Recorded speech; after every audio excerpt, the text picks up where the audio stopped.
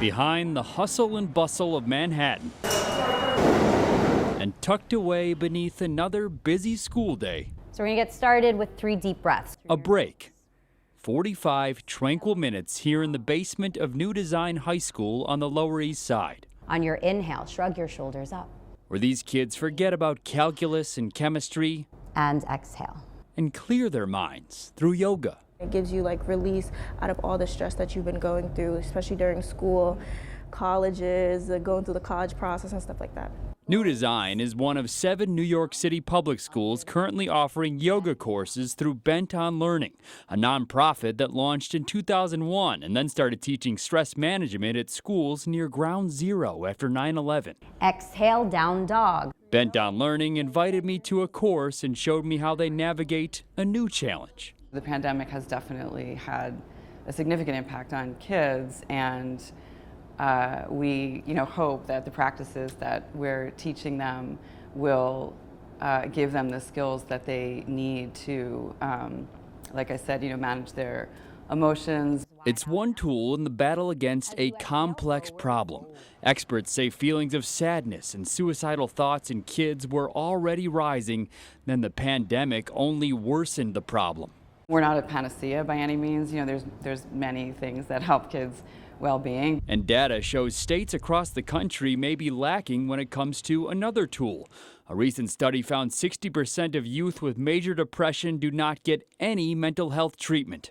We're facing a national crisis of children's mental health. At the same time, there are not enough child and adolescent psychiatrists.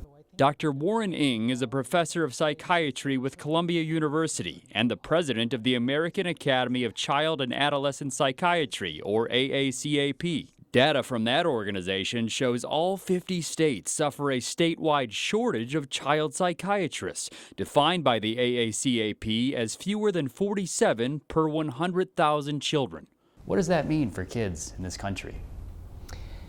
It means that we're facing the reality of underinvestment in terms of acknowledging the mental health needs of children and adolescents. New York and New Jersey fare better than most states, and when it comes to counties, Manhattan is a rare example where the number of child psychiatrists exceeds the need.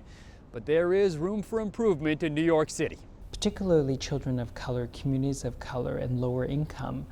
Those kids continue to be underserved, even within heavily enriched environments like Manhattan or New York City. The President of the United States. President Joe Biden acknowledged the problems during his State of the Union address, and the White House recently announced a $280 million grant program to help schools hire more mental health counselors. When millions of young people are struggling with bullying, violence, trauma, we give them greater access to mental health care at their schools.